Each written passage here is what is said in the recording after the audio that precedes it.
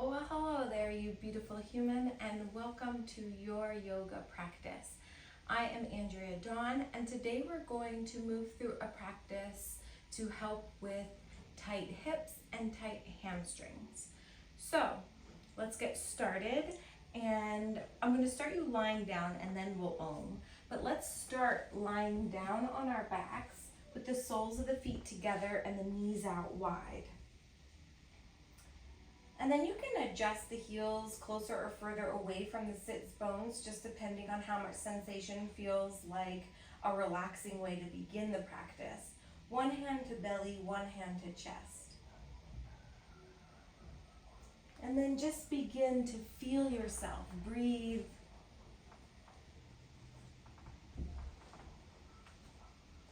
So you tune into your body and your breath and your awareness. Decide that the practice is your priority right now. And perhaps set an intention. So this gets to be your magnet. So when the mind and the narrations start to wander away and tell you other things are more important, this is what you come back to. And what we focus on grows. So make it important to you. And then we will align our own vibration, our own frequency with that of the universe, with our Om.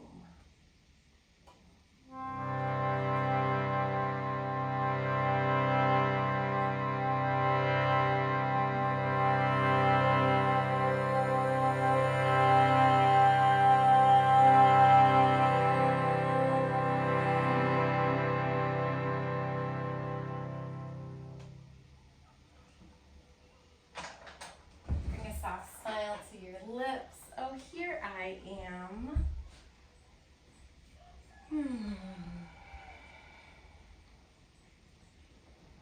And then from there, let's take the hands and lift the legs and heel toe the feet so that they're 2 fists width distance apart.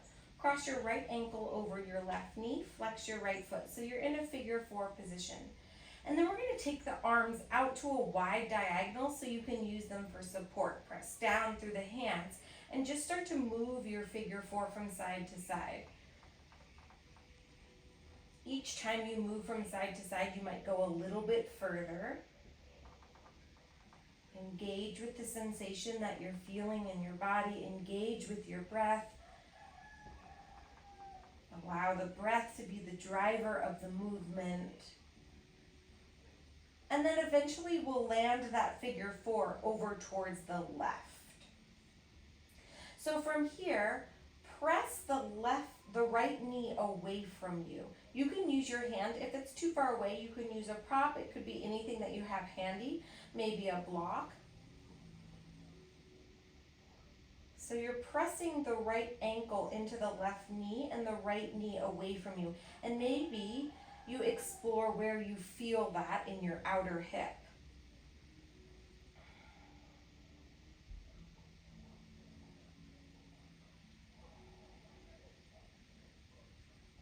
And just notice where you might be holding excess tension. It could be in your shoulders, your brow, your jaw. So our practice is all about efficiently managing our energy so that we get to experience the most quality days we possibly can, because they're limited. And then let's bring that back through center. Keep your figure 4. Now lift your figure 4 up towards your chest. Take your hands, use them for support. You can take them behind the hamstring or in front of the shin. And the whole time you'll keep this right foot flexed. I find that that's helpful in protecting the knee.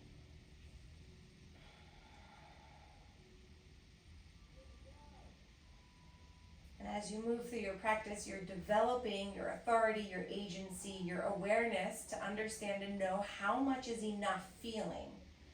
So it's just not about feeling as much as you can possibly feel. I often will call myself a feeling junkie, and that's gotten me into trouble in my practice. Okay, now we'll release that, and you'll cross the right knee all the way over the left. So it's like you would be seated in a chair, but the legs will reach away from one another. I'm spreading my feet away from one another, and the legs are deeply crossed. And then we'll take the hands, and they can go to the outer knees, the outer shins, the outer ankles, and draw away from one another. So you can draw away and slightly down.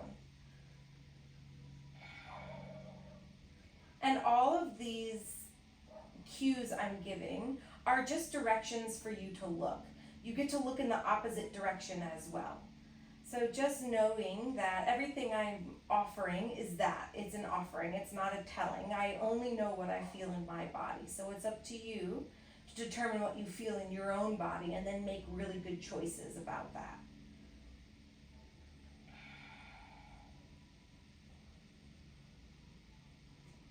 Good, and then we'll release the arms, set the sole of the left foot down, and lift the right leg up into the air. For some of us, that might be plenty of sensation. For other of us, we might need a little bit more in the back of the leg, so you could extend this left leg out long. And then let's just give the ankle a little flex and point. Some circles. Other direction. Beautiful. And then take the leg slightly over the midline. And then maybe you explore what the feeling is between the point and the flex, or the point. The point is when the foot is pointed, but you draw the toes back towards your face. And I like that to keep really spreading my toes away from one another. So for me, I have some bunions, and it's helpful to work that strength of spreading the toes apart.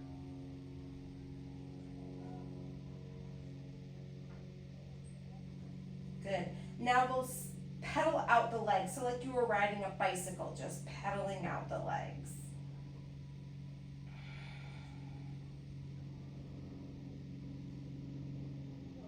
And then in the other direction.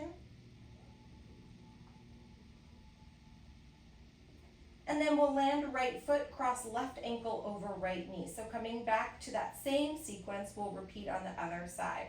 So we can start with our hands to that wide base on a diagonal, where you're gripping through the finger pads and pressing down and starting to rock your figure four from side to side.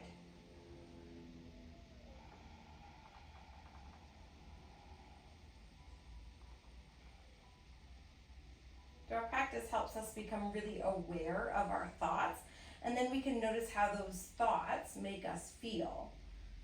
So if I have a tendency to be stuck in disliking things or to be judging everything that I see, then getting to notice how that makes me feel in my life, in my relationships, in my body, noticing what happens to my breath, and then eventually we'll land it over towards the right. And here's where you're gonna find that opposition by pressing the knee away from you. You can use your hand to help, you can use a prop.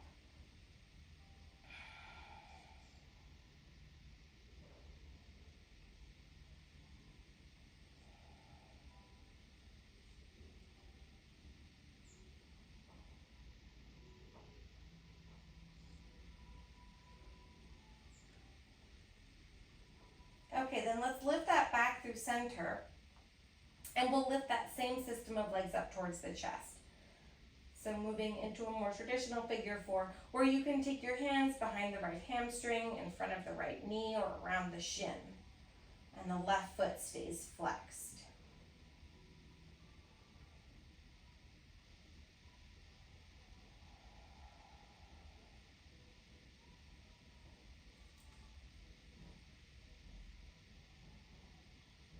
Stay in the practice. Staying in the practice means staying with your breath, staying with the feeling, the sensations in the body, and developing one pointed focus, which will benefit the whole rest of our lives. And we're able to tune out distractions, then we can really travel our path and arrive wherever it is that we choose in a more direct route.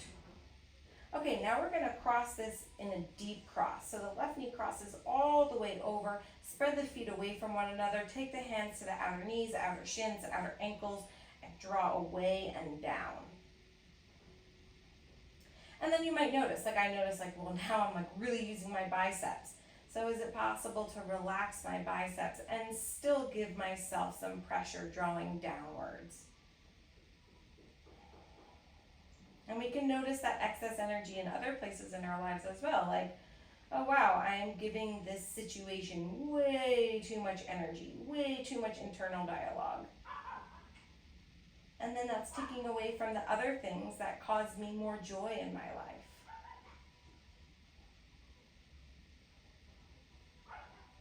Good, and then let's unravel the legs. We'll draw the left knee in, set the right foot down, and then extend the left leg up into the air. And again, this might be plenty, or you could extend this right leg out long. I didn't mention it on the other side, but you can also use your hands for support.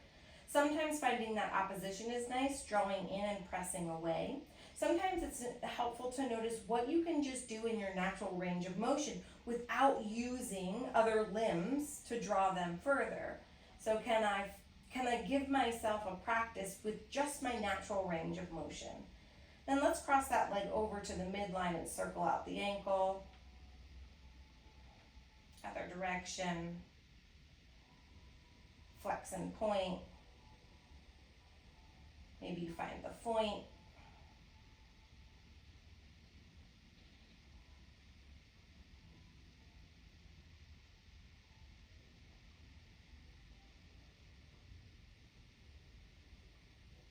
Good, and then let's pedal out the legs again.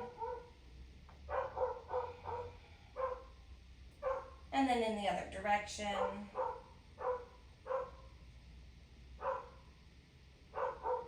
Good, lay the legs out long, reach the arms overhead, big overhead stretch. And then we'll come all the way up to sit. Now once you get up to sit, we're gonna walk the hands back behind us and lean back. Cross the right ankle over the left knee. So we're coming back to our figure four and then bend the left knee. Again, some of us, this might be plenty. Some of us might start to sit up a little bit more. Some of us might start to either bring the left heel in closer or scoot your bum up so that you're getting a deeper stretch here.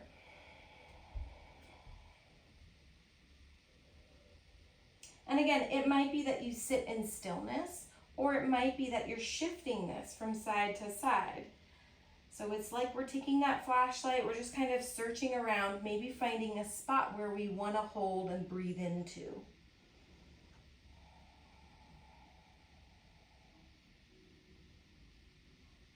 Or we could call it that Goldilocks position. You know, we're kind of looking around, what's too little, what's too much, and how can we find that place that's just right. It doesn't mean it's comfortable. It might be very uncomfortable, but it's that right amount of feeling that's giving you benefit. Now for some of us, we might have really open hips and we still want to get more of a stretch here. So you might hold right here, or you could see what it would be like to hook the sole of this right foot into the crook of the left elbow and then wrap the right arm around the right knee. And it's like you're holding your leg up like a grocery bag. And then that could be plenty, or you could extend this left leg out long. You might find some movement here. Again, this doesn't mean that this is any better or more quality. The quality depends upon your attention, your breath, your demeanor, and your ability to be present in the practice.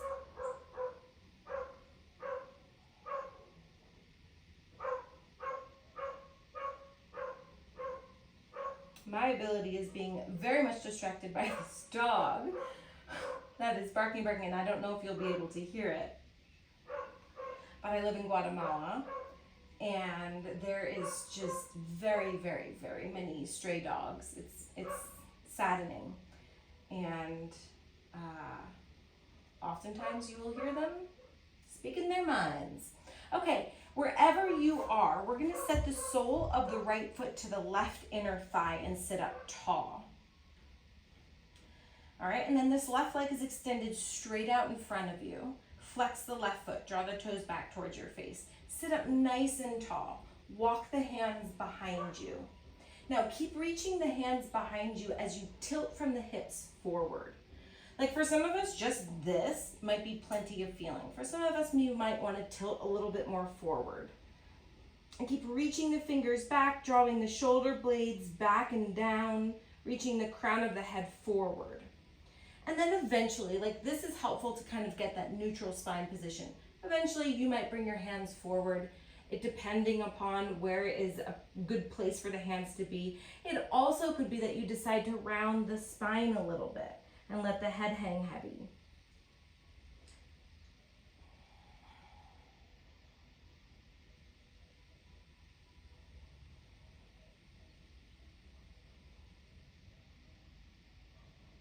All right, then let's come on back up from there. And now we're gonna take this into a pigeon pose on the right side. My right leg is already bent.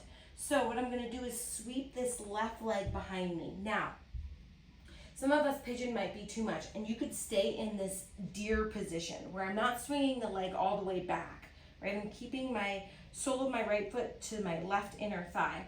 And then you could walk yourself forward from here and kind of take like a half pigeon. If pigeon's okay for you, this left leg is gonna come all the way back behind you, coming straight out from behind you. Notice the foot, we want it straight back behind us. And then it's often explained as the shin being parallel to the front of the mat. That, for most of us, is way too much. So what you're gonna do is find the angle of the shin that suits you. So I'm bringing the right heel back towards my left hip so that I can find more level hips. And that might be plenty right there. And I think it's helpful to note if you can hold yourself with your strength. If it feels like you can, you might be putting too much weight and too much pressure on your joints. And then you can kind of just experiment with that. How far is enough?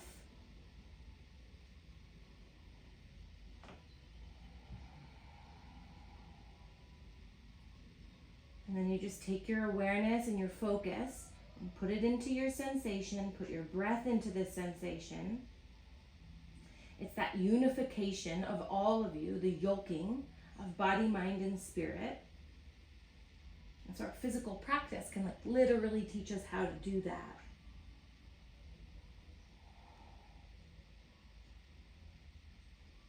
And it just depends on you. Like some of us, this might be fine and you could readjust, make the shin parallel. Some of us, I'm pretty open in the hips. So I could lay all the way down, and what I really like to do often is lay my cheek down and take my arms behind me and let my shoulders round down. So again, this doesn't need to be a goal or a where you want to get to. It's just each of us making our own journey without comparing it to others' journeys. Our bodies are all gifts, they're all temples.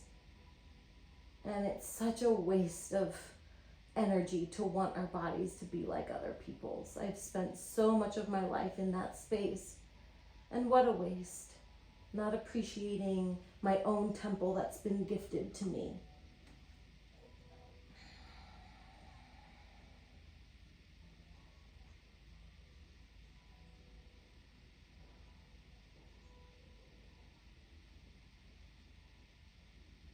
And then let's make our way out of that. And we will do that same little sequence on the other side. So you'll fall off onto your right side, swing the legs around. You know what, let's just kind of reset. So plant the hands, step the feet wide, give yourself a few windshield wipers. And then we'll reset this time. So your heels are going to be in front of your knees as you lean back and cross the left ankle over the right knee. Right, and then we're just exploring where we want to be here. Either you might walk the heel in, you might scooch the bum forward, you might find some movement.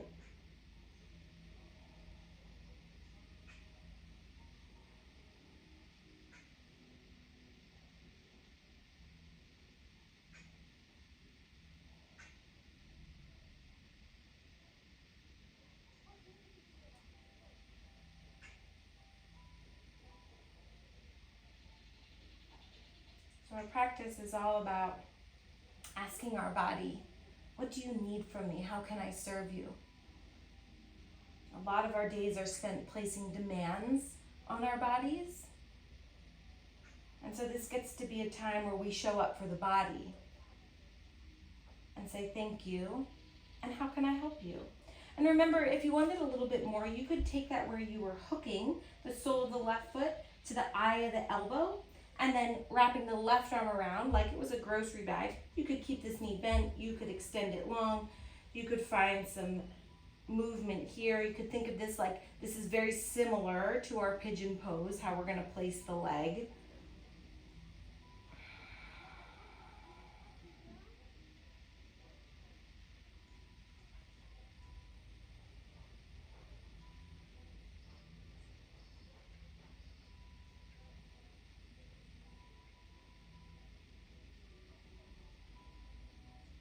And in just that small amount of silence, notice, where'd your thoughts go?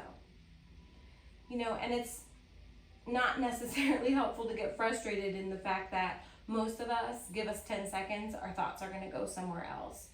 And that's okay, right? It's like we're just learning that the processes of our mind are up to us. And so that's the work we do every day, is learn to use the mind as a tool to develop our intellect and to gift the heart more of a role in driving the life.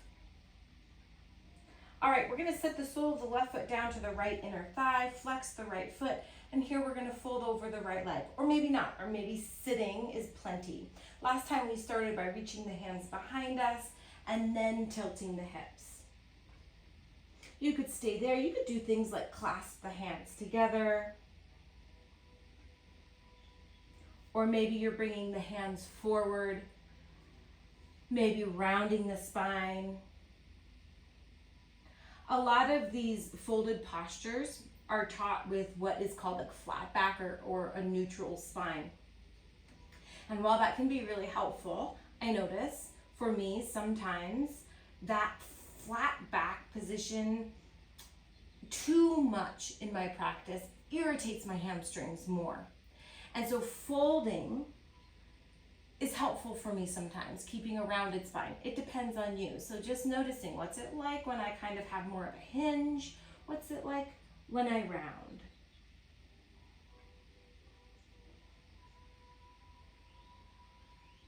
And just making sure we're not dumping into the joints, right? So that's why the foot is flexed. I'm pressing the heel away, but drawing the hip back. And then let's come on up from there, and now we'll move into either our deer fold or our pigeon pose. So you'll bend the right knee, and if you're going into that deer fold, that's all you'll do and start to walk the arms forward. If you're going into pigeon pose, this right leg is going to come all the way back behind you, and then you'll situate the left leg. Remember, the more parallel the shin is to the front of the mat, the deeper the stretch is going to be. So if you want less, the left heel comes back closer towards the right hip. Sometimes I even use that as a hip flexor massage. I put that heel right there and massage it out.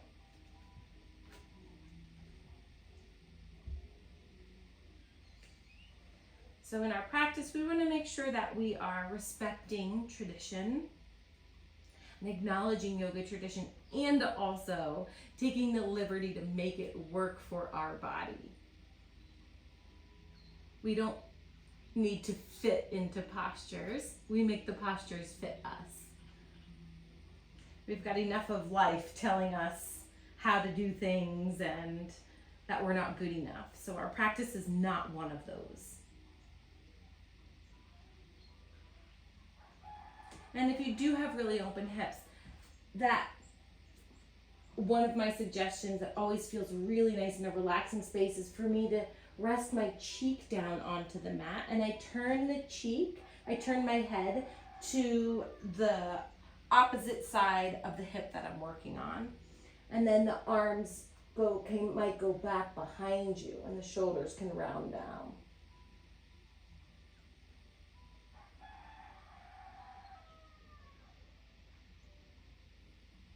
And now we've got roosters crowing. So we are on a beautiful, beautiful volcanic crater lake called Lake Atitlan in Guatemala. We are in the Mount Highlands. So we're 5,000 feet elevated, but we are on a lake. And we are creating our own little yoga retreat space. And so I invite you here as soon as we're ready to open. What a journey. All right, let's come on up out of there. Fall off onto one side, sweep the other leg around, come forward to all fours. Good, and now from here, you'll just walk your hands in so that you're standing on your knees. And then, just a little bit of balance, you can bring your hands to your hips, press down through your left knee to swing the right foot forward. And then we'll bring the hands down, frame out the right foot, tuck the left toes, start to lift the left knee, and start to straighten the right leg. And you might do a few rocks back and forth.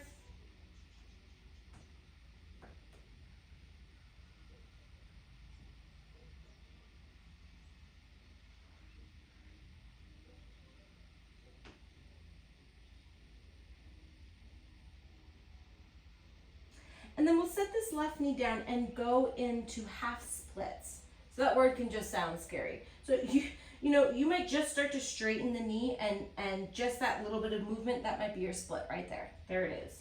Or you might start to see what it feels like to inch the back knee back a little bit more. Slide the right leg forward a little more. You could work right there, keeping the foot flat, or you could flex the foot and see how that might change things.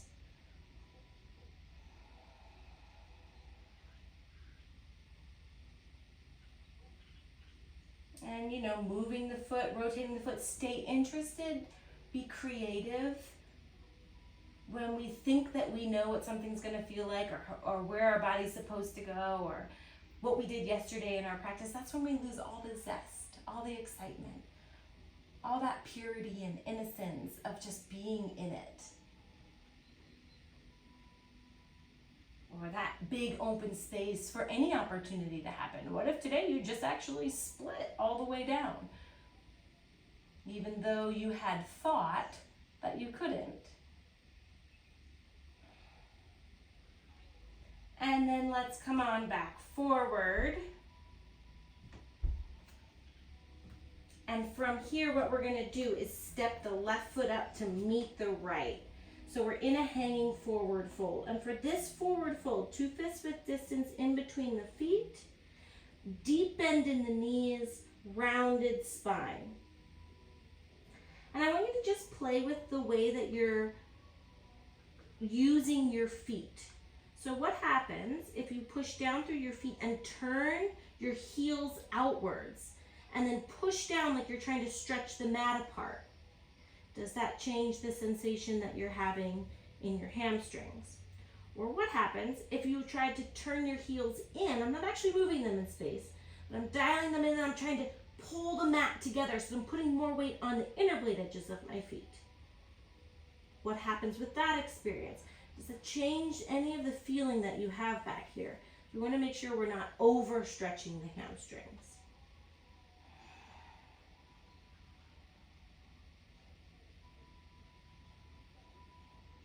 And then let's plant the hands, step back to a high plank position. Drop the knees, walk the hands back, stand up onto the knees. This time we're going to press down through the right knee to step the left foot forward. Then take the hands down to frame out the left foot. Tuck the right toes, lift the right knee, and start to straighten the left leg. And again, maybe just rocking back and forth here.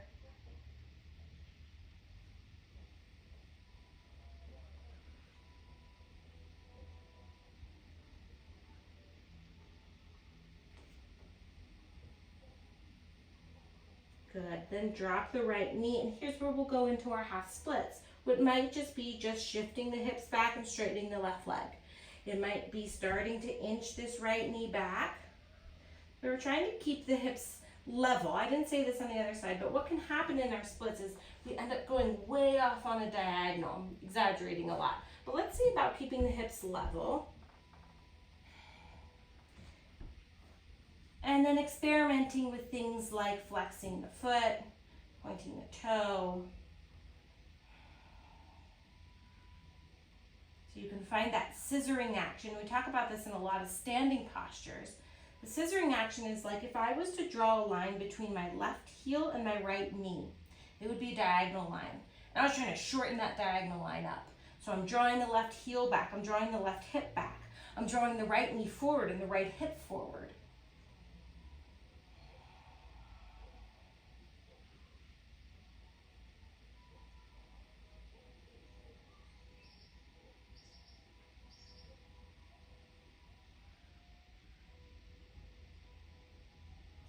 And then we're gonna come on out of that and step the right foot up to meet the left. Coming back to our forward fold, feet 2 fist-width distances apart. And from here, let's press down through the feet to roll ourselves all the way up to stand. Give the legs a good shake out.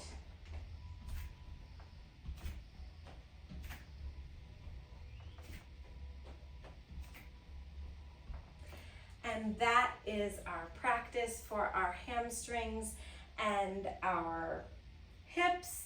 If you'd like to take a shavasana, come on down to the mat, lie down onto your mat.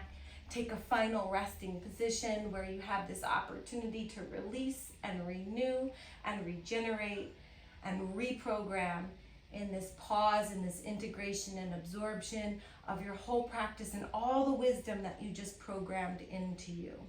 You might come back to that intention that you started with. Breathe into that intention. And as always, it is an honor, privilege, and blessing to yoga with you.